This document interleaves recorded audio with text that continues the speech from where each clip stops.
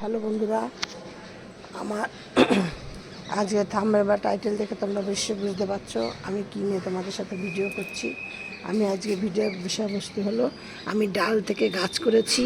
এইগুলো কিন্তু সবই হাইব্রিড জবা গাছ দিয়ে দেখো তাতে কত সুন্দর গাছগুলো হয়েছে। আবার দুটো একটা গাছে যেগুলো আবার দুদিন মানে 1 মাস 1.5 মাস আগে আগে লাগিয়েছিলাম সেই গাছে সব কুড়ি চলে এসছে। এই দেখো কত ভর্তি ভর্তি কুড়ি, এই দেখো ঠিক আছে। আর এই গাছটাতে এই দেখো একটা ফুলও ফুটেছে। আর দেখো এই যে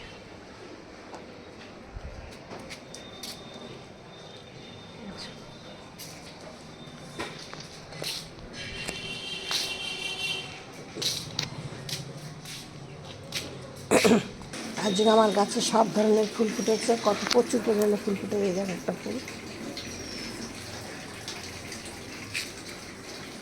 ঠিক আছে।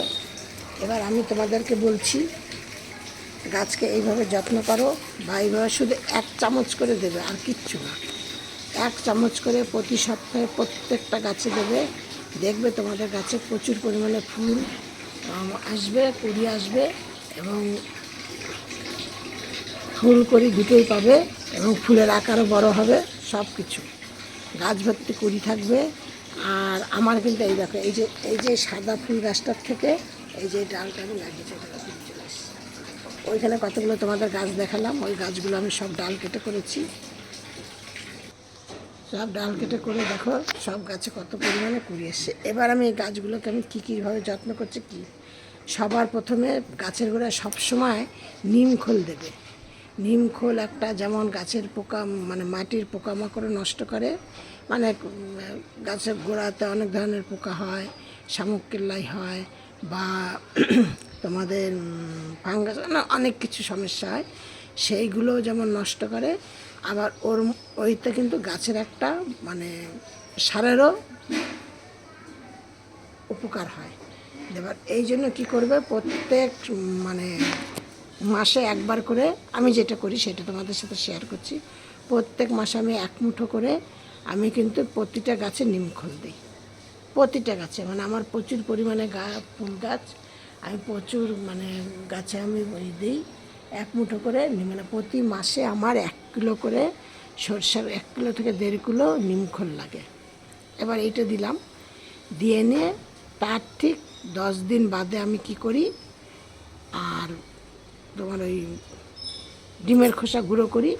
ডিমের খোসা গুঁড়ো করে গাছের পাতায় ডিমের খোসা গুঁড়ো একদম ডাস্ট করে যদি দাও তাহলে তো ভালোই। আর যদি শামুক কেল্লার জন্য আরেকটা মানে উপকার কি, যদি ডিমের খোসা হাফ মানে গুঁড়ো গুঁড়ো করে দাও তাহলে কিন্তু ডিমের খোসার জন্য শামুক কিন্তু মানে মাটিতে থাকতে পারবে না। কেন বলো তো, শামুকের দেহটা তো খুব নরম, ডিএনএ তখন ওরা কী করে ওই ডিমের খোসাতে ওদের গায়ে মানে অসুবিধা হয় বলে ওরা তখন পালিয়ে যায়।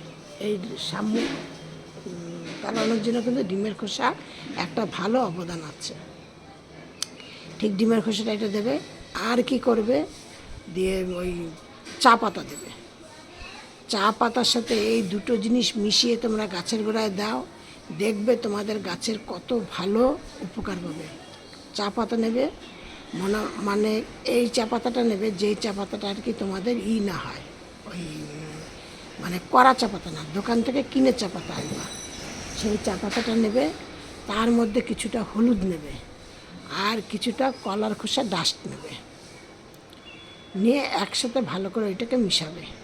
মিশিয়ে নিয়ে প্রত্যেকটা গাছের গোড়া তোমাদের যতগুলি গাছ আছে প্রতিটা যে কোনো রকমের গাছ, সে শুধু কাঠচাপা আর অ্যাডেনিয়াম গাছ ছাড়া সব গাছের গোড়ায় টপ অনুযায়ী 1 মুঠো কি 1 চামচ করে করে সব গাছের গোড়া।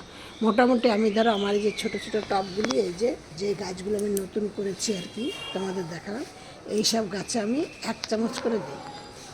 তাতে আমার গাছগুলো এত সুন্দর হয়েছে যে তোমরাও ঠিক এইভাবে গাছগুলোকে যত্ন করো। আর গাছকে সবসময় গাছকে স্প্রে করবে, মাসে 1 বার করে স্প্রে করবে। আমি কিন্তু সেটা এই দেখো আমার গাছে, এই দেখো আমি এক্ষুনি তোমাদের বলছিলাম যে কোনো গাছে এই দেখো এইটাকে একটা মিলিবাগ এসছে, ঠিক আছে। এইটা একটু ছাওয়াযুক্ত জায়গায় ছিল, এই যে মিলিবাগ এবার এটাকে কী করতে হয় বলো তো, ঠিক এইভাবে কড়িটাকে ধরে একবারে পরিষ্কার রাস্তায়, আর করতে হবে না একদম। কুড়িটার মায়া করলে হবে না, ওই একটা গায়ে মানে কুড়ির জন্য তোমাদের সব গাছে মিলিবাগ হবে।